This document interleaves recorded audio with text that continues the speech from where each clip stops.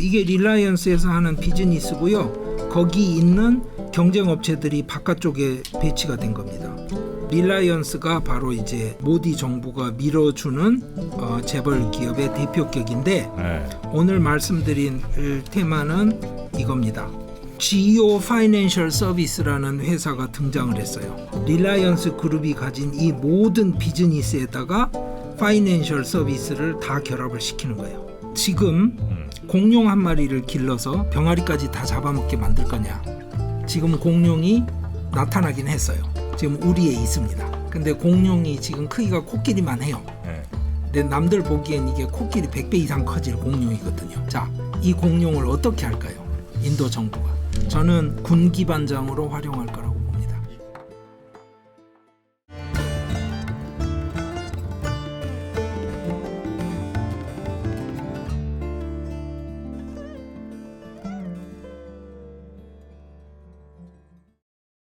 강서영 교수님과 함께하는 남아시아 인사이드, 오늘도 여러분이 몰랐던 남아시아 이야기 그리고 인도 이야기 재미있게 전해드리겠습니다. 반갑습니다. 저는 정프로고요. 강성영 교수님 오늘도 함께하십니다. 어서 오십시오. 예, 안녕하십니까. 네, 반갑습니다. 교수님. 오늘은 어떤 재미난 인도 얘기해 주십니까? 사실은 한국에서는 관심의 대상이 전혀 안 되고 있는 뉴스인데요. 사실 인도 뉴스 대부분이 예. 많이 근데 이겁니다. 네. 그 엔트 파이낸셜 사태는 기억을 하시죠? 엔트, 마윈이 알리페이를 예. 만들었다가 엔트 파이낸셜을 만들어 상장하니까 뭐 역사상 최대 상장액을 뭐 만들 거고 뭐 이러다가 갑자기 잡혀가고 뭐 없어졌잖아요. 끌려가고. 예. 인도에서 엔트 파이낸셜이 만들어지면 어떨까요? 인도에서요? 예, 그걸 만들었습니다. 그 사건이 굉장히 중요합니다. 인도 경제의 미래에 굉장히 중요한 사건이고 인도 정치에서도 중요합니다. 예를 들어서 지금 24년 내년에 이제 선거가 다가와요. 인도에 총선이 다가오는데 내년 선거를 뭐라고 규정을 할 수 있냐면 모디 대 모디의 선거다. 모디 대 모디요? 예. 그러니까 이기는 거는 모디가 이길 건데 자살골을 몇 개 넣는지가 결정하는 선거가 될 것이다. 이게 제가 보기엔 가장 정확한 예측입니다. 아니 근데 그 정도로 근데 모디 총리가 그 무슨 이야기냐면 모디가 잘한다기보다는 지금 간디 네루 집안에 특히 라울이 그 무능력의 화신이 돼 있어요. 조롱거리예요. 아 그래요? 예. 그러니까 나오면 그냥 사람들이 웃거나 짜증내는 그냥. 그러니까 듣는 게 아니라 짜증을 내는. 어떻게 그렇게 됐대? 그런데 이제 사람들은 그렇게 말을 하죠. 이건 뭐 팩트는 아니까. 걸려있는 이권이 하도 많아서 검찰 수사 받느니 계속 선거에 나올 거라는. 그래서 후보에서 사퇴는 안 할 거라는 뭐 이런 말을 자꾸 합니다. 그게 여론입니다. 팩트라는 게 아니고. 그래서 결국은 이제 다른 후보들이 혹은 다른 정당들이 얼마나 잘하냐 문제가 아니고 모디가 이기긴 이길 거고 모디 총리가 얼마나 자살골을 많이 넣느냐에 따라서 선거 판세가 약간 뭐 변할 수는 있다. 이런 그리고 정도군요. 일반적인 관측은 약간의 의석수가 줄어들 거다. 모디 총리 쪽에. 왜 그러냐면 이제 집권을 했는데 지금 약속한 것처럼 그렇게까지 성과가 안 나오니까 현장에 뭐 그 일자리 창출 이런 건 쉽지 않으니까요. 그런데 모디 입장에서 자 보시죠. 인도의 가장 큰 고민은 뭐냐? 첫째, 인도의 미래는 인도가 결정하는 게 아니에요. 미국하고 중국이 결정을 해요. 인도가 왜 중요해졌어요? 인도가 갑자기 발전을 해서 중요해졌어요? 미중 갈등이 심해지면서. 아니 생각을 해보세요. 객관적으로. 미국하고 중국이 결정하는 거예요. 뭐 그렇기도 하네요. 예, 최근에 지금 이제 머지않아 지금 미중 정상회담 한다고 지금 언론 발표가 나왔는데 거기서 어떤 결정이 나면 그다음 어떻게 해요? 만약에 미국이 인도 견제에 나서는 상황이 된다면 급소는 어디일까요? 미국이 인도 견제를 해요? 예, 예를 들어서 상정을 해보죠. 내일을 모르니까. 아니 트럼프가 다시 대통령 될지 어떻게 알아요? 뭐 그렇죠. 그리고 트럼프가 갑자기 인도 싫다 이럴지 어떻게 합니까? 그럼 다시 중국이랑 손잡고? 아니 뭐 중국이랑 손잡을지 그건 알 수 없으나 단언을 어떻게 합니까? 아니 중국하고 손은 안 잡더라도 뭐 관세 매기는 정도로 하고 이 정도 하고 뭐 우크라이나 전쟁도 이제 대충 끝내고 뭐 그래서 중국이 뭐 맞춰주는 척만 하면 이 정도 선에서 뭐 대략 잘 지내지 뭐 이렇게 하면 그러면 인도는 자 그래서 인도가 당연히 급소가 될 것은 역사가 보여주잖아요. 금융이죠. 일본도 그랬고 한국도 그랬고 중국도 지금 그렇죠, 뭐 금융에서 그렇죠. 감히 예. 미국에게 고개를 맞아요. 들어요. 금융 쪽을 노리면 뭐 속수무책으로 당할 수밖에 없다. 탈 털리는 거죠. 예. 그렇죠. 예. 그러면 자 인도판 엔트 파이낸셜이 있다고 하면 그럼 맞설 수 있다. 최소한 탈탈 털리진 않는다. 그렇죠. 인도판 엔트 파이낸셜이 있는 거랑 없는 거랑 무슨 차이가 있는 거예요? 근데? 생각해 보십시오. 만약에 알리페이가 진짜로 엔트 파이낸셜로 상장을 했고 네. 그만한 규모가 있는데 인도 국가보다 더 많은 개인 정보를 가지고 은행 통장도 없는 사람들의 모든 신용 상태를 다 확인할 수 있는 회사가 있다고 하면 자 블랙락이 가서 중국을 탈탈 털어먹을 수 있을까요? 그리고 그 자본력과 그 정보력을 기반으로 자 미국도 카나다도 진출을 해서 계속 야금야금 먹어 들어가면 테크 파이낸싱으로 완전히 이제 무장을 해갖고 예. 전 세계 진출할 수도 있고 예. 워낙 데이터가 방대하고 하니까 뭐 그럴 수도 있겠네요. 예. 예. 뭐 틱톡은 우선 막아놓기는 했습니다만 인도 입장에선 왜 그러냐 온라인 쇼핑의 모든 기록을 가지고 있다고 쳐봅시다. 그러면 이 사람이 얼마나 반품을 했고 주문한 액수 중에 얼마나 지금 페이를 못해서 신용에 문제가 있는 경우가 있었는지 기록을 다 가지고 있는데 그럼 그건 약간 좀 인도 정부에서 좀 불편해할 것 같은데. 그렇죠. 그 코드가 이제 지금 굴러가고 있는 겁니다. 그래서 우리에게 굉장히 중요한 사건입니다. 그래서 사실 중국 정부도 엔터파이낸스를 막은 거죠. 때려잡은 게 그거죠. 그런데 문제는 인도는 그걸 하겠다고 하면 그걸 하겠다고 하면 근데 정부가 어떤 특정 기업이 그렇게 막 커지는 걸 원치는 않을 것 같은데. 저는 그걸 할 거라고 봅니다. 그러지 않고는 중국에 대항하기가 쉽지가 않아요. 왜 그러느냐? 자 길거리에서 노점상을 하는 가난한 사람도 사업자예요. 네. 이 사람이 그러니까 비즈니스계에서 하는 말로 스케일업을 하려면 기업가가 되려면 당연히 대출이 있어야죠. 근데 그 사람은 은행 통장도 없어요. 그 사람이 대출을 어떻게 일으켜요? 자 리어카를 3개를 사서 부인도 하나 아들도 하나 해가지고 갑자기 리어카 3대를 운영할 수 있는 투자를 할 수 있다고 하면 근데 그 신용도 평가는 누가 해줄 수 있어요? 그 노점상 하는 사람이 쓰는 모든 커뮤니케이션의 유일한 통로 휴대폰. 그 통신사. 그 통신사는 어디예요? 지오는 리라이언스 그룹의 그 이동통신 회사입니다. 그러면 리라이언스 그룹에서 뭐예요? 바로 금융 포용성을 넓혀 나가고 중소기업이라거나 기업이라고 하기도 힘든 자영업자들의 그 투자와 성장을 가능하게 하는 가능성을 열어줄 수 있죠. 그거 인도 국가에서 할 수 있어요? 시중은행이 할 수 있나요? 아니 통신사랑 그렇게 금융이 연결되면 너무 커질 것 같은데. 그렇죠. 그러면 이제 어떻게 할 건지에 대해서는 정해야 되겠죠. 그걸 정해가는 방식이 앞으로 드러날 거라는 거예요. 그런데 저는 할 거라고 보고 그래요? 그렇게 하게 되면 뭘 시킬 거냐. 그러면 자 지금 공룡 한 마리를 길러서 병아리까지 다 잡아먹게 만들 거냐. 지금 공룡이 나타나긴 했어요. 지금 우리에 있습니다. 근데 공룡이 지금 크기가 코끼리만 해요. 근데 남들 보기엔 이게 코끼리 100배 이상 커질 공룡이거든요. 자, 이 공룡을 어떻게 할까요? 인도 정부가. 저는 군 기반장으로 활용할 거라고 봅니다. 이 공룡을? 자, 칼은 항상 칼집에 있을 때 무섭죠. 꺼내고 나면 뒷감당을 해야 되죠. 그러니까 무슨 이야기냐. 공룡이 갇혀 있을 때 다른 모든 파이낸셜 섹터에 있는 기업들이 훨씬 더 정부 통제에 잘 따르게 되겠죠. 여차하면 이제 풀 거니까. 그렇죠. 진짜 판정리 해야 되겠다고 생각을 하면 자 코끼리 크기 이하로는 다 잡아먹어도 돼라고 공룡한테 이야기하고 문 열어주면 되죠. 아니면 코끼리 크기 이상부터만 잡아먹어. 그 이하로는 잡아먹으면 안 돼. 근데 나중에 풀어졌는데 공룡이 주인 잡아먹으면 어떻게? 그거는 그때는 모디가 수상을 하고 있지 않죠. 이미 그때는. 예. 모디는 그걸 풀어줄 거란 얘기신 거죠? 예. 야, 그래요. 전 세계에 그런 경우가 있나?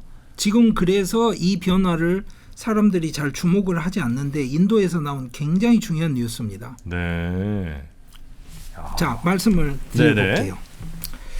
자, 인도 경제가 뭐 커진다 뭐 자꾸 이야기는 뭐 떠드는데요. 그분들한테 뭐 물어보면 답이 14억이다 이래요. 그래서 왜 14억이면 경제가 커져요? 그러면 답이 또 14억이래요.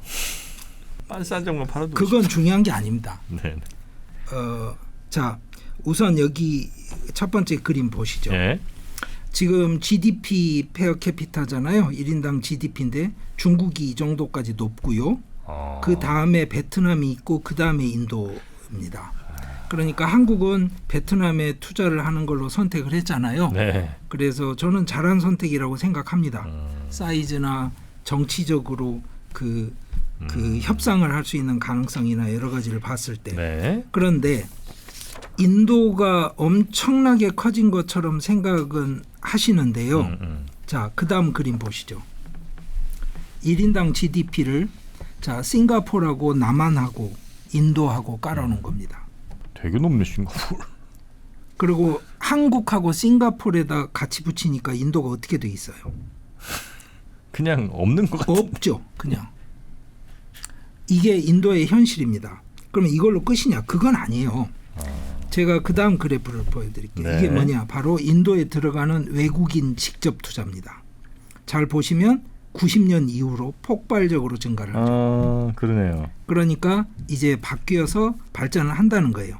인도가 한국식 IMF 사태를 맞은 게 91년이에요. 네네. 그러면서 개방경제 체제를 도입을 했습니다. 그 전까지 뭐 했냐? 허가권 통치라는 걸 했어요. 그래서 라이선스 라즈라고 그래가지고 네. 이제 사회주의하고 자본주의를 섞는답시고 이상하게 섞어서 사람이 살 수 없는 시스템을 만들어 놓았죠. 네. 그러다가 외환위기가 뻥 터졌는데 그건 왜 그러냐면 그걸 받쳐주던 소련이 붕괴돼서 그래요. 그러고 나니까 그냥 개방경제가 돼버렸어요. 네. 그러면 국가주도 경제가 철폐가 됐느냐? 아니에요. 많은 학자들 특히 이제 막스주의 경제학하는 학자들은 그렇게 단언을 합니다. 인도의 국가 주도 경제 체제가 바뀐 적은 없다. 그러면 그 전에는 허가권으로 통제를 했는데 지금은 PPP를 한다. 이 PPP라는 말은 PPP? 예, Public Private Partnership을 이야기합니다. 뭐죠? 즉 공공 민관 협력. 그러니까 무슨 말이냐면 네. 저희들 고속도로 지어야 되는데 예산이 부족해요. 그럼 네. 어떻게 합니까? 민자로? 예, 민자가 투자를 하죠. 근데 네. 그게 100% 민자로만 하는 건 아니고. 그렇죠. 예, 공공도 같이 들어가고. 그렇잖아요. 굉장히 많은 일들이 PPP로 이루어지잖아요, 요즘. 그렇죠. 예, 터널 같은 것도 이렇게 짓고. 예. 그리고 나서 나중에 뭐 이제 얼마 이상 수익 환수한 다음에 이제 뭐 기부채나 받든 뭐 하든 여러 가지 하잖아요. 그게 나름 의미가 있고 효율성이 있으니까 하는 거잖아요. 네. 그리고 국비만 투입을 하면 또 나름대로 뭐라 그래요? 비효율성도 있을 수 있고. 그러니까 무슨 이야기냐? 결정은 국가에서 하는데 수행은 재벌이 한다. 그래서 인도 언론에서 한국 재벌에 대한 언급과 비교가 굉장히 많습니다. 그래서 사실은 인도에서도 영어로 재벌이라고 직접 씁니다. 인도 언론도. 예. 그래요? 예. 그래서 어디 영어 사전에도 올라갔다면서요? 예. 삼성, 네. LG, 현대 이 세 개를 전형적으로 보고요. 인도 기업인들 한국 연수 와서 수업 들어도 거기에 관심이 굉장히 많습니다. 그래서 이제 그 상황으로 굴러가는데 한번 생각해 보시죠. 한국도 재벌 주도 경제를 했단 말이에요. 네. 그래서 경제 발전을 이루었어요. 그런데 IMF 위기를 맞은 것도 사실은 그런 식의 경제 발전 모델이 갖고 있던 한계였잖아요. 과도한 부채 그리고 네네. 재벌들이 정확하게 대응하지 못하는. 그래서 이런 식의 이제 시스템이 가진 문제는 뭐냐면 첫째는 국가가 의사결정을 하기 때문에 제도적인 안정성하고 예측 가능성이 현저하게 떨어져요. 한국 사람들은 자꾸 자유시장 경제라고 생각을 하니까 시장 논리를 생각을 하는데요. 네. 인도에서 실제로 중요한 거는 국가의 결정입니다. 마치 한국의 은행 산업이 그런 것처럼요. 네네네네. 규제 산업으로. 예를 들어 드릴게요. 2023년 8월 3일에요. 네. 갑자기 발표가 됐어요. 뭐라고? PC나 랩톱이나 태블릿을 수입을 하려면 국가 라이센스를 따로 받아. 컴퓨터 수입하는데요? 예. 발표를 그렇게 했어요. 아, 이게 개인용 컴퓨터인데도? 예. 아, 그래요? 예. 휴대폰 빼고 다. 아, 그래요? 그러고 나니까 난리가 났지.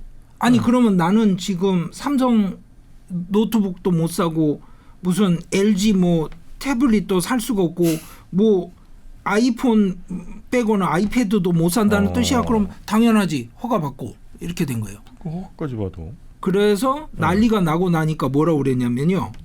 이틀 있다가 8월 5일 날 시행은 11월 1일로 연기할게 그랬어요. 어처구니 없잖아요.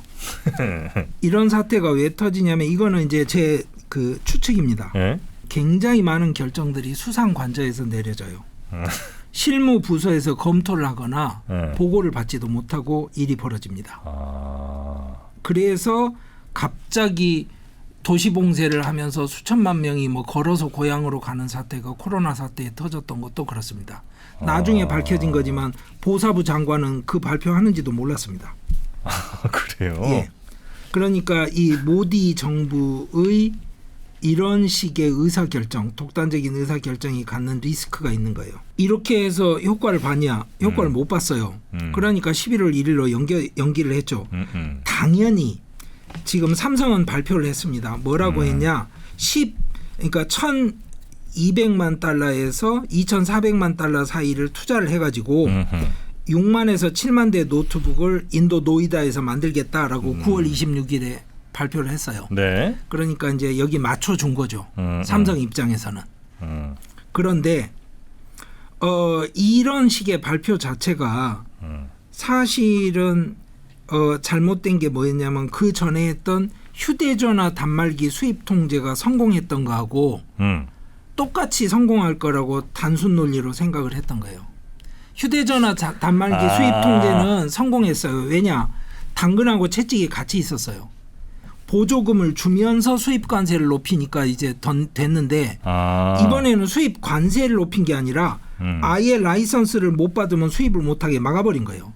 그리고 나서 보조금 발표는 안 했어요. 그러니까 당근은 없는데 채찍을 내린 게 아니라 그냥 철문을 닫아버린 거예요. 이렇게 해서 지금 인도 경제가 그럼 발전 안 합니까? 해요. 그런데 그 이면을 이해하셔야 돼요. 네. 자, 2월 14일자 보도입니다. 타타그룹에서 자회사를 설립을 해서 벵갈루루 근처에서 아이폰 케이스를 생산을 해요. 네. 인도에서 아이폰 생산해서 수출한다 뭐 이런 부도 많잖아요. 중국에서 안 만들 거야 뭐 이런 이야기 하잖아요. 아이폰 케이스 생산하는데 불량률이 50%라고 보도가 나왔어요. 50이요? 5% 아니고 50%. 반이 그러면 불량이에요? 버려야 돼요. 애플은 자 중국에다는 몇 퍼센트 불량률을 요구할까요? 애플은 거의 0% 가까운 불량률을 유지하는 걸로 유명합니다. 팀 쿡이 성공한 이유가 뭐예요? 이거예요. 생산 관리, 품질 관리, 단가 관리. 아니 그걸 얼마나 잘했으면 그 카리스마틱한 스티브 잡스의 뒷자리를 이었겠어요. 그리고 지금까지 승승장구했잖아요. 왜? 주주들은 좋아하니까. 그러면 50% 불량률 나오는 공장에서 우리 수출 잘 되고 있다 이렇게 이야기해야 되나요? 50%가 불량이에요? 예. 자, 이게 지금 인도의 현실이에요. 그런데 인도가 갖고 있는 이 문제를 어떻게 해결해야 되는지 고민이 있을 거 아닙니까? 그런데 아까 제가 한국 재벌 체제가 맞았던 한계 그게 뭐냐면 이제 저희들 겪은 IMF잖아요. 네. 엄청나게 뼈저리게 겪었는데 그 미국에서 닥터 둠 그러면 유명한 사람 있죠? 루비니, 누리엘 루비니가 이 사람이 이렇게 2008년 이제 금융위기 그 예측해서 유명해졌는데 이 사람이 공식적으로 그 경고를 날렸어요. 네. 뭐라고 그랬냐면 인도 재벌들의 해외 부채 비중이 너무 높아서 이거 장기적으로 엄청난 문제가 될 거다. 인도 재벌들이 해외에서 돈을 많이 빌렸어요? 예. 아무래도 이자율이 낮으니까요. 그 당시 IMF 때랑 똑같잖아요. 단기 차입이 많아지고 우리 참 그랬죠. 예. 예. 일본 금융. 예. 예. 그다음에 또 하나는 이런 겁니다. 인도에서 제일 권위 있는 민간 경제 연구소이자 통계치를 내는 연구소가 CMI인데요. 네. 거기 CEO가 마헤시 피아스가 이런 이야기를 해요. 아다니, 안바니 같은 재벌 빼고는 인도에 지금 이루어지는 투자는 매우 약하다. 그 말은 투자가 없다는 뜻이에요. 아주 초인류 예. 기업들 한두 개 빼곤. 예. 네. 그러니까 한국식 재벌을 육성하긴 했어요. 근데 왜 이게 안 먹히지? 그러면 이겁니다. 한국 재벌은 처음에 시작을 할 때부터 국제 경쟁력을 전제하고 들어갔어요. 아니 수출 경쟁력을 못 갖는 재벌이 어떻게 한국에서 살아남아요? 그렇죠. 수출이 생명이었죠. 예. 그런데 인도에서는 그런가요? 거의 그게 아닌 거예요. 내수만 잘해도 예. 괜찮아요. 그겁니다. 예. 그리고 정부가 지켜주니까. 무역 장벽이든 관세 장벽이든 뭐 이제 비공식 장벽으로. 자, 대표적인 아다니, 릴라이언스 전부 다 가족 기업이고 소유 구조나 이런 면에서는 뭐 완전히 그 소유 가족 소유 비중이 높고요. 네네. 그다음에 이 기업들이 지금 갈라지지 않습니다. 한국하고 차이는 상속세하고 증여세가 없어요. 그게 핵심이에요. 그러니까 승계 문제가 재벌의 문제가 아니에요. 거기는 아들한테 이렇게 넘겨줄 때 세금 안 내요? 없어요. 증여 상속세가 없습니다. 그걸 도입을 하려고 그랬는데 기득권자들의 반대로 못한 겁니다. 이게 뭐 기업인들한테는 좋아 보일 수도 있지만 사회 전체적으로 볼 때는 이게 그리고 잘 생각해 보세요. 그것 때문에 여러 가지 보자면 지금 LG만 해도 뭐 LX 그룹이 있고 GS가 있고 뭐 여럿이 LS, LG 뭐 다 있죠. 다 있잖아요. 그런 과정을 거친 거잖아요. 저희들이 역사적으로. 그거를 과연 거칠지 다른 이야기예요. 그래서 지금 외채 비중이 굉장히 높아졌어요. 네. 그런데 특히 이제 모디 정부와 친한 기업이 있고 아닌 기업들이 있고 이 선도 지금 좀 갈리는 상황이고. 그래서 아다니하고 릴라이언스는 모디가 지정한 기업이라고 간택을 했다고 생각할 수 있는 거죠. 그 두 기업들은 뭐 뭔 사업을 하든 그 정부가 좀 잘 지켜주고 해외에서 막 들어오려고 해도 막아주고 이런 걸 한다는 거죠? 하죠. 지금도 하고. 그러니까 아다니는 뭘 하냐면 인프라를 합니다. 공항, 항만, 네네네. 발전소, 송전, 태양광 발전 뭐 이런 거. 무조건 아다니가 그쪽을 하고 네. 소비자하고 직접 접촉면이 있는 모든 비즈니스는 릴라이언스가 하는 거죠. 예를 들면 뭐 해요? 아니 그러니까 제가 그다음 그림에 보여드릴게요. 네. 여기 보세요. 이게 릴라이언스에서 하는 비즈니스고요. 거기 있는 경쟁 업체들이 바깥쪽에 배치가 된 겁니다. 자 여기 보세요. 왼쪽 아래쪽으로 텔레콤. 예, 텔레콤 그러면 지오가 시장을 완전히 네네네네. 지배하고 있어요. 그래서 지오자 붙은 게 있으면 릴라이언스 회사구나 생각하시면 돼요. 거기에 에어텔도 있고 있죠. 근데 이게 경쟁 구도인 거예요. 그것만 아니야. 아니 심지어는 저희들 쓰는 뭐 줌 미팅할 때 쓰는 것도 하고요. 뮤직 스트리밍도 해요. 그다음에 릴라이언스에서 소매업도 하고 온라인 쇼핑도 하는데 이커머스 당연히 하죠. 지오마트. 그런데 정유화학이 핵심이고요. 미디어 기업도 해요. 헬스케어도 하고요. 그러니까 안 하는 거는 없다. 그렇게 생각하시면 돼요. 유통도 하고 뭐 마트도 있고. 예. 야, 별걸 다 하네 진짜 여기는. 예. 그래서 릴라이언스가 바로 이제 모디 정부가 밀어주는 재벌 기업의 대표격인데 네. 오늘 말씀드린 테마는 이겁니다. GEO 파이낸셜 서비스라는 회사가 등장을 했어요. 이게 그 아까 말씀하신 엔트그룹처럼 엔트파이낸싱처럼. 예. 자 여기에다가 지금 릴라이언스 그룹이 가진 이 모든 비즈니스에다가 파이낸셜 서비스를 다 결합을 시키는 거예요. 야, 그럼 진짜 마트 그다음에 통신, 예. 그다음에 뭐 스트리밍 뭐 이런 거 파악만 하면 헬스까지 있으니까 예.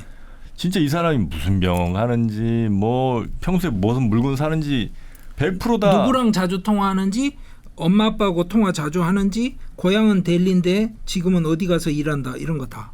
일주일에 2번씩 출퇴근을 주유소 어디 가? 예. 와, 여긴 뭐 예. 그러니까 예를 들어서 이런 거예요. 지금 이 재벌들에도 외국인 자본이 많이 들어와 있어서 예. 외채 비중이 높다, 이 경고가 아다니만 해도 아다니 그룹 총 부채가 300억 달러라고 그러는데 75%가 외채예요. 그러니까 잘 따져 보면 한국의 대형 기업 은행들하고 똑같은 겁니다. 네. 최대 주주는 외국인인 거죠. 이런 상황인데, 이 상황에서 처음에 말씀드렸잖아요. 자, 금융으로 누군가가 인도를 향해서 칼을 던지면, 속수무책이니까. 그렇죠. 그러면 이제 인도를 대표할 공룡이 필요하다. 그게 그렇죠. 이제 릴라이언스가 간택을 받은 거예요. 그렇죠. 예, 그러면 이거 보시죠. 자, 우선 여기 릴라이언스는 핵심이 뭐냐면 여기 오일 앤 가스라는 섹터가 있죠. 네. 이게 핵심이에요. 사실은 그래요? 뭐냐면 무케시 안바니가 지금 릴라이언스 그룹을 이끌고 있는데, 네. 이 무케시 안바니가 이 말씀을 그냥 드릴게요. 개인적인. 뭐냐면 아버지가 돌아가실 때 유언장도 없었고 후계 구도를 정리를 안 했어요. 그래가지고 동생 아닐 안바니가 59년생이고 무케시가 57년생인데 예. 3년간 엄청나게 소송을 주고받습니다. 하다 안 되니까 어머니가 개입해서 겨우 정리를 했어요. 그래서 형이 뭘 갖고 가냐면 바로 이 정유화학을 갖고 갑니다. 예. 이게 캐시카우였어요. 그다음에 단일 공장으로는 제가 알기로 규모가 세계 최대입니다. 정유 이쪽으로. 예. 근데 또 하나 지금 잊지 말으셔야 돼요. 지금 이거는 땅 짚고 헤엄치기를 하고 있습니다. 정유화학이. 오죽했으면 LG화학이 공장을 팔겠다고 말을 했겠어요. 잘 생각해보세요. 왜? 러시아산 원유가 들어오니까. 싸게. 러시아산 원유가 들어오는데 어떻게 우리가 해봐요. 사우디에서 UAE에서 원유를 싣고서 와서 정제를 해서 수출을 하겠다고 하는데 인도에서 러시아산 원유를 가져다가 뽑아내는 걸 어떻게 이깁니까? 가격 경쟁력이 뭐 말이 안 되죠, 이거는. 그러면 자, 그냥 현찰이 쏟아지는 거예요. 예. 자, 2단계에서 뭘 해야 된다? 금융업도 지금 해야 된다. 예를 들어서 자, 내년에 누가 미국 대통령이 될지 모르죠. 네. 우크라이나 전쟁 언제 끝날지 어떻게 알아요? 모르죠. 이 안바니가 일단 뭐 여러 사업은 하고 있으나 하여튼 캐시카우인 정유로 열심히 돈 뽑아 먹을 때 이 현금 총알 가지고 금융까지 진출을 한다. 그렇죠. 그런데 사실은 무케시 안바니가 이 정유를 가지고 있을 때, 자, 그 승계 다툼할 때 네. 동생 안일이 나머지를 다 가져갔어요. 이동통신, 엔터테인먼트, 금융업, 그리고 발전, 그다음에 인프라 투자 전부. 다 동생 거예요? 예, 동생을 주었어요, 다. 네. 그런데 이 동생이 정말 문제가 많은 친구였어요. 그래서 이제 소위 말해서 그 뭐 방탕하고 망나니에다가 뭐 이제 이런 그래가지고 예. 그런데 이 안일이 릴라이언스 파워라는 회사를 자기가 2008년에 상장할 때만 해도 자, 그 당시 최대 IPO였는데요. 60초 만에 끝내버려요. 뭘요? 뭐라 그러나요? 상장 주식을 인수하겠다는 신청을. 뭐 청약 같은 거요? 예, 청약을. 최대 IPO를 60초 만에 딱 끝내버린다고요. 잘 됐네. 그러니까 엄청났죠. 그리고 무슨 스티븐 스필버그랑 같이 드림웍스 조인트 벤처를 하고 막 엄청난 뭐를 하는 것처럼 보였는데 동생이 안일이 지난 100년 동안 최고 속도로 재산을 탕진한 기록을 보유한 사람입니다. 아니 뭘 했는데? 예, 그러니까 모두 다 까먹은 거예요. 그래서 이 사람이 가지고 있던 자기 아버지한테 물려받은 회사의 이름을 릴라이언스 ADA 그룹이라고 그래요. ADA가 뭐냐면 릴라이언스 안일 디루바니 안바니 그룹. 그게 뭐냐면 안일이 자기 이름, 디루바니가 자기 아빠 이름. 그리고 안바니는 패밀리 네임 이렇게 이제 되는 거예요. 자, 그렇게 해서 다 까먹었어요. 그러니까 릴라이언스 ADA라는 건 우리가 아는 릴라이언스가 아니에요. 동생이 까먹은 그 그룹 이야기예요. 거기에 있던 게 릴라이언스 파워, 릴라이언스 인프라스트럭처, 릴라이언스 캐피털, 릴라이언스 홈 파이낸스 앤 릴라이언스 헬스. 이게 5개 상장사가 있었어요. 네. 다 말아먹었죠. 와. 그거를 형이 계속 도와줘요. 네. 그러다가 나중에 형이 이제 손을 뗍니다. 포기합니다. 도저히 안 되겠다. 그러고 나서 형이 지오라는 통신사를 만들어서 이제 통신업에 진출을 해버린 거예요. 동생이 하던 거에 진출을 하지 않았었는데. 형이 착하네. 예. 그렇게 됐습니다. 그래가지고 지오에 진출을 했을 때 사실은 그 부당 경쟁 방지법이 있잖아요. 네네네. 그러면 예를 들어서 우리도 이동통신사가 뭐 3개가 있는데 그 중에 하나가 예를 들어서 뭐 서비스 단가를 1,000원으로 상정을 해놨는데 우리는 5원만 받을 거야 이러면 안 되잖아요. 그렇죠. 그러면 왜 그러냐면 5G 투자도 해야 되고 이러는데 다 깨지니까 안 되잖아요. 그게 네네. 국가에서 통제를 하는데 그때 국가에서 살짝 열어줍니다. 7개월 정도인가를 신규 사업자 들어왔을 때 예외로 봐줘요. 그래가지고 데이터 비용이 전 세계에서 상상도 못하게 싸게 만들어버립니다. 그러니까 나머지 경쟁업체들이 실제로 우리 부도 신청할 거야 아마 하고 진짜로 떠들었었어요. 그래서 결국은 최대 이동통신 사업자가 된 거예요. 그러면서 국가 인프라는 안 갖춰져 있는데 전부 다 휴대폰은 쓸 수 있는 상황이 된 거예요. 휴대전화기를 뭐 아주 싼 요금제만 가입해도 그냥 뿌려버린 거죠. 무료 전화기로 그냥. 네네네. 그런 식으로 하고 나니까 이제 모든 것이 디지털화되죠. 그러면 이제 그 다음에 디지털 페이도 되고 뭐 여러 가지 하는 게 바로 아까 말씀드렸던 알리페이 모델의 그 이야기가 가능해지는 거죠. 네. 그러면 지금 현재 무케시 안바니가 가지고 있는 릴라이언스 그룹의 포트폴리오가 뭐냐? 정유화학 당연히 있죠. 그다음 말씀드린 이동통신사가 있죠. 네. 그리고 나서 유통소매업이 있어요. 이거는 지금 아마존하고 플립카트는 다 지금 소유주가 미국입니다. 그런데 지오마트는 릴라이언스 소유예요. 근데 여기 재밌는 게 뭐냐면 지오마트가 한국의 이마트처럼 장사를 하고요. 아마존하고 플립카트는 쿠팡처럼 장사를 합니다. 그러면 우리 선입견에는 야 쿠팡이 훨씬 잘 나가는데 이렇게. 근데 작년엔가 한번 발표한 적이 있었어요. 비즈니스 모델이 다른 건 아시죠? 쿠팡은 미리 사놓고 이제 배송을 해주고 그리고 이제 이마트 같은 경우에는 각 지역 거점들이 있어서 이렇게 그걸 활용하는 거고 미리 사놓고 발송을 해주는 업체는 세일을 하면 안 돼 이런 규정을 또 만들어줍니다. 그래요? 예. 하여튼 뭐 그렇게 해서 릴라이언스는 튼튼하게 잘 자랐고 그렇게 해서 지금 이 3가지를 잘 하고 있는데 여기에 바로 지오 파이낸셜 서비스가 들어오면서 비은행 금융업을 시작을 하는 겁니다. 은행업은 이야기가 다르죠. 은행업은 이제 중앙은행에서 통제를 해야 되고 그런데 알리페이도 사실 은행 라이선스 가진 건 아니었잖아요. 근데 은행은 관심의 대상이 안 되죠. 알리페이가 비즈니스가 훨씬 더 성장을 했고 미래 예측도 좋았고요. 자, 그러면 이 상황이 이렇게 벌어진 걸 지금 생각을 하셔야 되는 겁니다. 그러면 자, 릴라이언스가 이렇게 해가지고 이제 파이낸셜 섹터에 진입을 하고 나면 방금 말씀하신 것처럼 그 데이터를 다 가진 회사가 그리고 뭐 온라인 강의부터 시작해서 심지어는 동네 슈퍼마켓까지 다 가지고 있는 회사가 그렇죠. 이거를 하면 도대체 감당이 됩니까 이 이야기죠. 그러니까 이거 릴라이언스 지오 핸드폰 하나 갖고 다니면서 이것까지 결제 다 할 거고. 그러면 그렇죠. 이제 여기서 돈도 또 대출도 받을 거고. 대출 그게 핵심입니다. 그래요? 그러니까 제가 말씀드렸잖아요.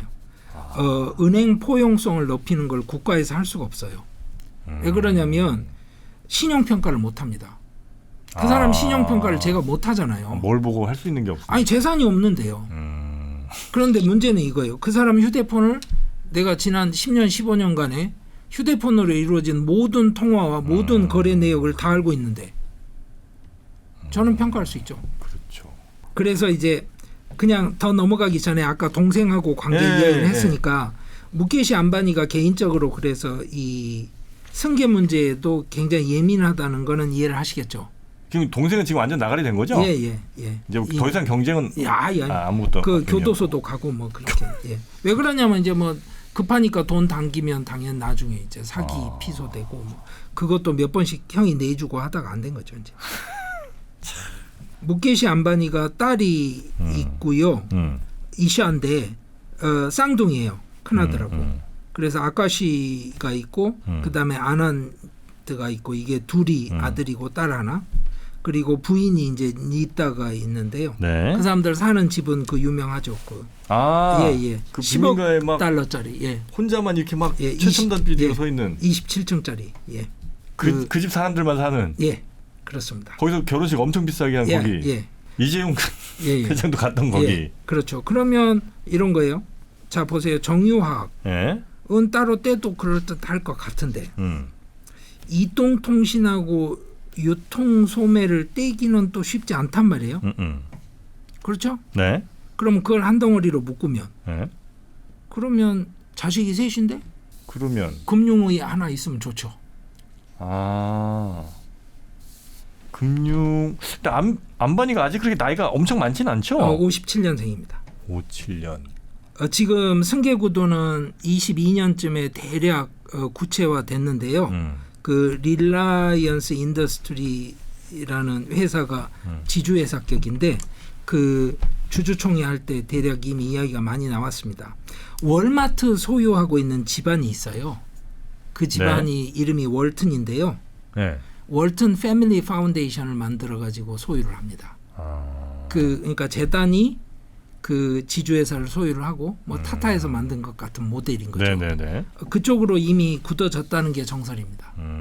그러니까 아마 안바니 요 집안도 그 방식으로 아마 파운데이션을 만들고 그 안에서 지분을 자식들한테 나눠줘서 싸우지 않게.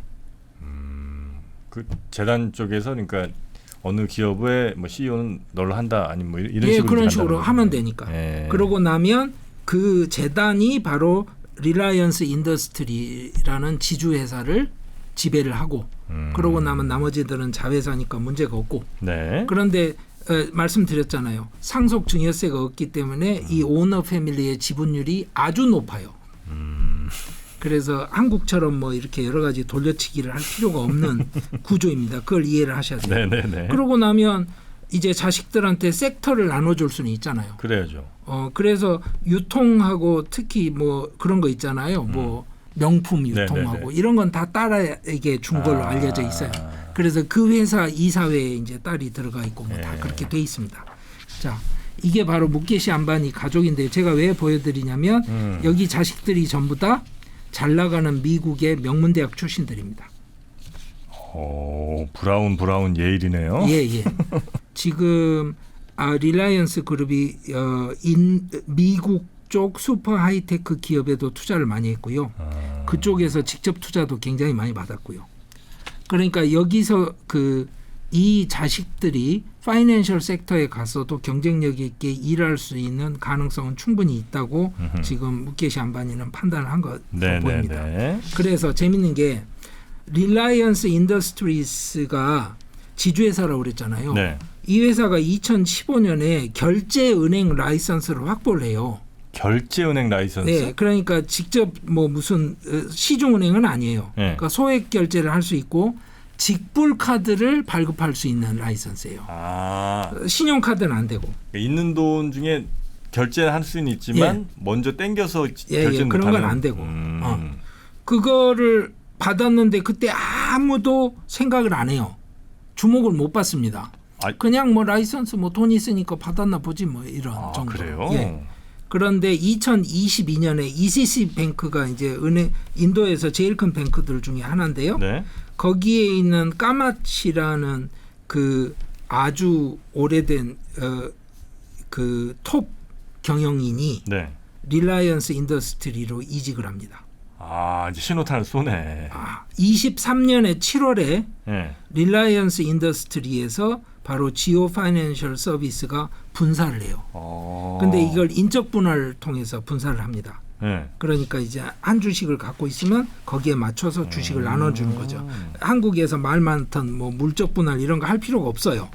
왜냐면 말씀드렸잖아요. 그 소유 하고 있는 어쨌든 가족들이 많이 갖고 있으니까 갖고 있기 때문에 인적 분할 해봐야 어차피 또 가족들이 거네. 의미가 없어요. 예. 그럴 필요가. 그래서 7월 8일에 지오 파이낸셜 서비스가 설립이 되고 그 이사회에 딸 이샤가 합류를 합니다. 딸이 가요? 예. 그것도 이제 뭐 주목할 대목 중에 하나고요. 네. 그러고 나서 8월 21일에 상장을 합니다. 그러면서 그 ECC 뱅크에서 영입했던 까맛이 지오 파이낸셜 서비스 회장으로 취임을 합니다. 물론 이제 에피소드가 있어요. 무슨 얘기냐면 상장 첫날 하한가를 칩니다. 하한가? 예. 왜? 그간 비은행 금융업을 했던 다른 회사들에 비해서 PER이 너무 높았어요. 그 이야기는 이제 조금 이따 좀 말씀드릴 텐데 근데 자, 큰 그림은 이해를 하셨잖아요. 처음에 제가 설명드렸을 때 공룡이 처음에 쓰러진 것처럼 보였다. 누워있는 공룡이었다. 커튼을 열었더니 공룡이 죽은 건 아닌데 누워있더라. 별거 아닐 수 있네. 뭐 이렇게 생각을 하지만 사실은 공룡이라는 게 중요하지 누워있는지 서있는지는 중요하지 않다. 그게 중요하고요.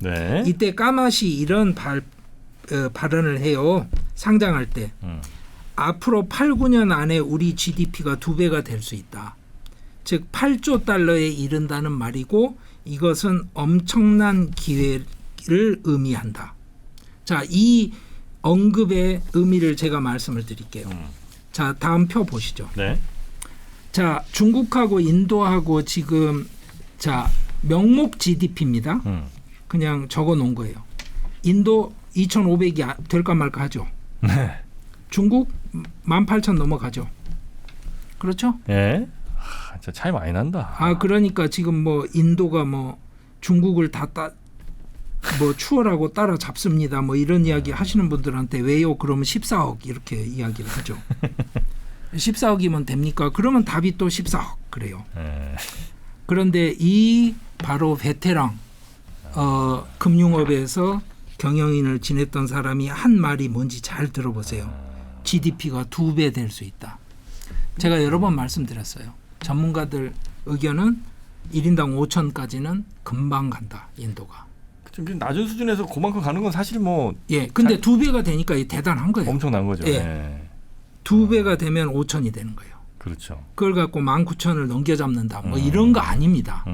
그런데 그 2배가 되는 과정에서 중요한 거는 파이낸셜 섹터가 기능을 해줘야 돼요. 아까 말씀드렸잖아요.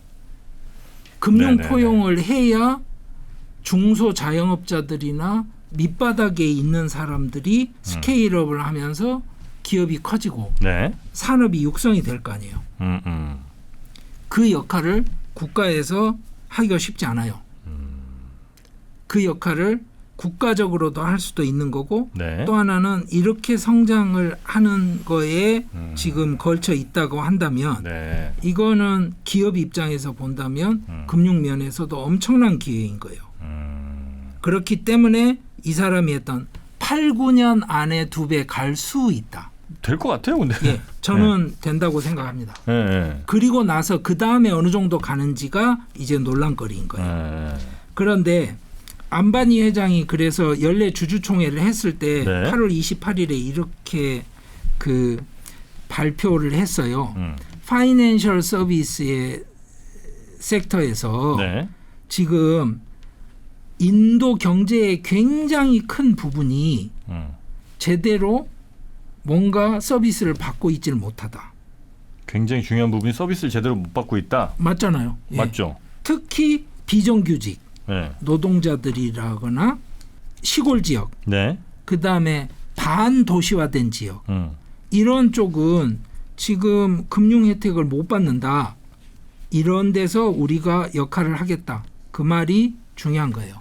무슨 말이냐면 국가에서 필요로 하는 가려운 것을 긁어주겠다라고 발언을 하는 거예요. 나라도 못하는 거를 우리가 네. 좀 하겠다. 내가 공룡은 맞는데 병아리까지 다 밟아서 죽이고 잡아먹고 하는 거 아니야. 우리가 생각하는 건 뭐냐면 내가 공룡이니까 저기 막혀 있는 게 있으면 가서 뚫을 거고 그러면 다들 그리로 넘어가서 맛있는 거 더 많이 먹을 수 있게 만들어 줄 거야 이런 이야기를 하는 겁니다. 어차피 이 나라 그 방향으로 가야 되는데 나라에서 하지는 못하니 우리 그렇죠. 기업이라도 나서서 할게.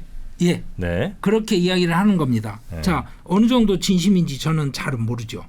근데 또 하나 여기서 놓치지 말아야 될 게 있어요. 2016년에 그 지오가 이동통신 사업에 진출했을 때 말씀드렸잖아요. 네. 저가 출혈 경쟁으로 완전히 판을 뒤집었잖아요. 예.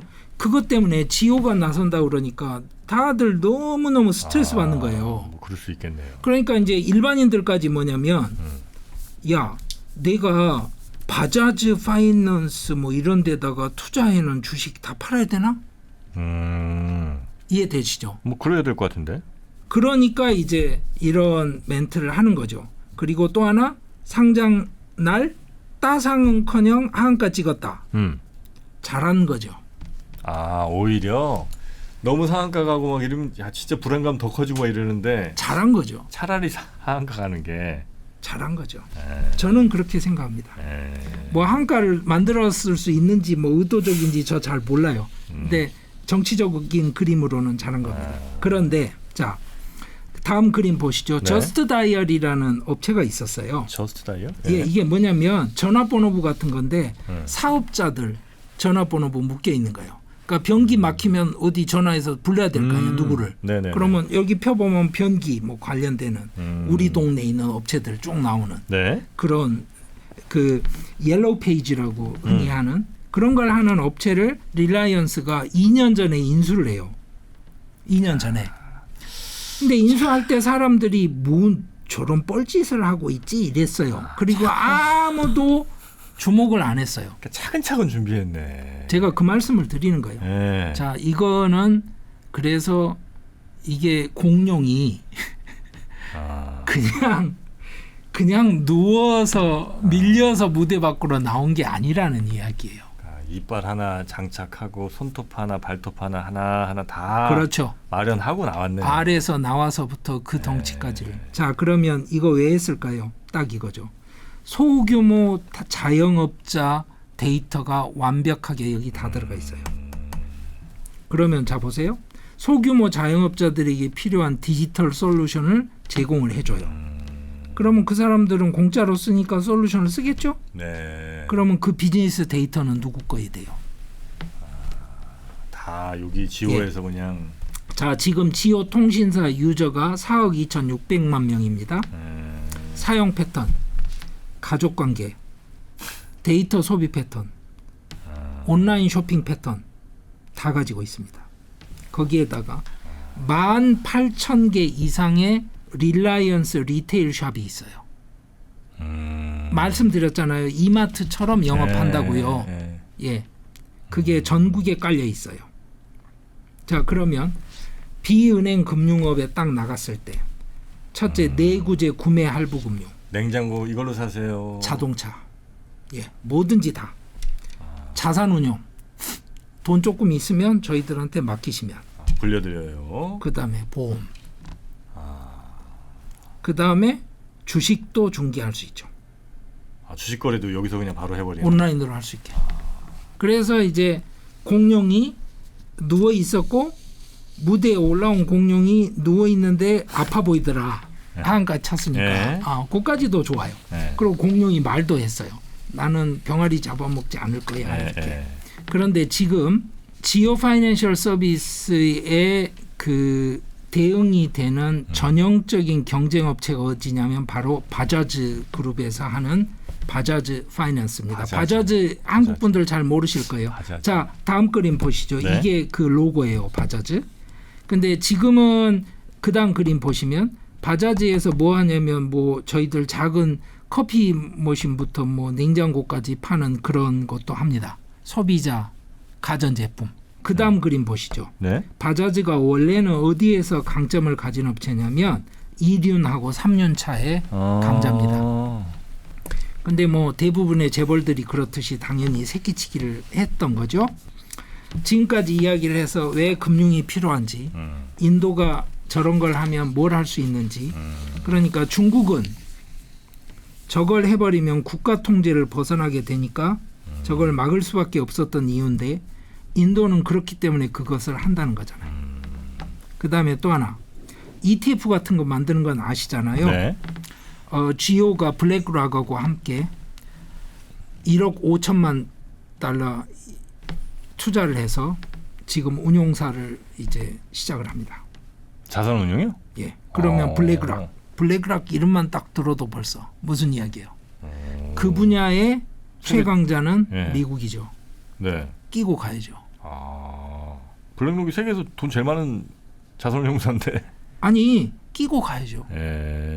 아니 미국이 지오? 오케이 너 와봐.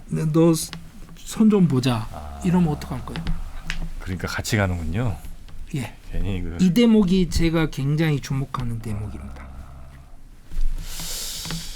그럼 이제 앞으로 지오는 뭐 이제 특별한 일 없으면 또 이 시장의 지배적 사업자가 될 가능성이 매우 높겠네요. 거기에 대해서 이제 제 개인적인 의견은 있는데 정치적으로 그렇게 처음부터 무리수를 두지는 않을 겁니다. 오히려 그럼 역풍 불 수도 있고 하니까. 그리고 국가에서 필요로 하다고 생각하는 건 방금 말씀드렸죠. 그 이제 광범위한 금융 소외계층에 대한 그 비은행권 지원을 가능하게 하는 역할을 할 거고, 뭐 이런 게 있고, 또 하나는 공룡이 한 마리만 있으면 그 공룡은 못 살죠. 생태계가 있어야죠. 네. 그렇죠. 그러니까 너무 그 흑백 논리로만 생각을 할 건 아니고요. 대신 생태계에 잡다한 포식자들은 사라지겠죠. 공룡이 있으면. 그렇죠? 위계 질서가 다시 정리가 될 거고, 그 구도가 정치인들한테는 굉장히 좋을 겁니다. 근데 이제 이게 직접 영향이 미치는 한국 업체라고 하면 당연히 미래에셋이죠. 미래에셋이 왜요? 인도에 진출해서 엄청나게 성공한 회사입니다. 그래요? 예, 그리고 지금 여기 그림은 미래에셋의 그 인도 현지 광고. 미래에셋에 펀드 가입하시면 이 수익률이 굉장히 좋습니다. 그래가지고 지금 미래에셋 인도 법인이 지금 자회사로 직접 편입이 된 상황이고요. 인도 법인이 만들어서 제가 알기로 아마 UAE인가 그럴 거예요. 두바이에 이미 자회사를 세우기 시작했어요. 그러니까 여기는 무슨 이야기냐면 한국에서 일 시켜서 하는 게 아니고 인도 자체 미래에셋이 굴러갑니다. 그래서 내가 인도 기업인들 만났을 때 인도 기업인들이 미래에셋은 중동 회사인데 그렇게 대답을 하더라고요. 미래라는 이 표현 자체가 아랍어처럼 들렸나 봐요. 그래요? 예. 그리고 아무래도 중동 지역에 투자를 하거든요. 인도에서 자본 모아서. 저는 한국의 그간의 경험을 비추어 본다면 이제 우리도 국제 금융의 판에서 플레이어가 되어야 되죠. 그리고 잘하고 있는 이런 회사가 있다는 것도 저는 굉장히 감사하게 생각을 하고, 또 하나는 시중은행들도 진출해 있습니다. 신한은행이나 은행들이 진출을 해 있는데, 은행은 기본적으로 규제 산업이기 때문에요. 그 강력하게 소매 영업을 해버리면 안 됩니다. 그렇죠. 그러면 이게 이제 그래서 은행에 계신 분들은 당연히 이제 비즈니스를 생각하는 방식 자체가 다르고요. 심지어는 온라인으로 소액 대출을 그냥 해주는 그것만 하는 스타트업도 지금 인도에서 3위 정도 되는 업체가 한국 업체입니다. 그래요? 예, 한국 스타트업으로. 인도에서 3위예요? 예, 밸런스 히어로라고. 그래서 사실은 한국 기업들이 여기하고 상관이 없는 게 아닙니다. 한국 기업이 다 제조업만 하고 있는 거 아니고요. 그래서 인도의 미래에, 그리고 사실은 잘 봐야 될 게 아시아 금융시장의 미래에, 내지는 진짜 엔드 파이낸셜만큼 커지는 상황이 온다 그러면 세계 금융시장의 미래에 지금 변화가 생겨날 수 있는 네. 사건이 될 겁니다. 어마어마한 공룡 한 마리가 이제 인도 금융업 쪽에 이제 예. 들어온 거고 예. 네, 그 친구가 어떻게 활동할지는 뭐 아직까지는 알 수 없으나 예. 그래도 꽤 파괴적인 일들을 아마 할 수밖에 없는 상황인 것 같고 예. 또 거기에 이미 플레이하고 있는 우리나라 업체들도 좀 있는데 그들도 좀 잘 좀 했으면 좋겠다. 예. 네, 그렇죠. 알겠습니다. 그리고 이제 뭐 그 이상의 것들은 또 이제 아마 저보다는 금융 전문가이신 분들이 네. 아마 또 하게 될 텐데 잊지 말아야 될 것은 결정권은 그 공룡목에 목줄을 쥐고 있는 인도 정부. 정부가 한다. 정부가 갖고 있다. 정부라기보다도 모디. 지금은 모디. 모디. 야, 모디도 대단하네요. 자, 오늘은 우리 강성현 교수님과 함께 인도의 금융시장에 뛰어든 릴라이언스 그룹의 지오 파이낸스 여기 이야기를 또 재밌게 들어봤고요. 인도 앞으로 대략 한 10년 안에 2배 이상의 어떤 GDP 성장이 있을 뭐 충분히 저도 뭐 그럴 것 같고요. 그런 전망이 있는 곳이니까 또 우리 기업하시는 분들도 혹은 뭐 투자하시는 분들도 이런 것들은 잘 한번 감안해 보셨으면 좋겠습니다. 자, 오늘 함께해 주신 강성현 교수님 대단히 고맙습니다. 예, 감사합니다.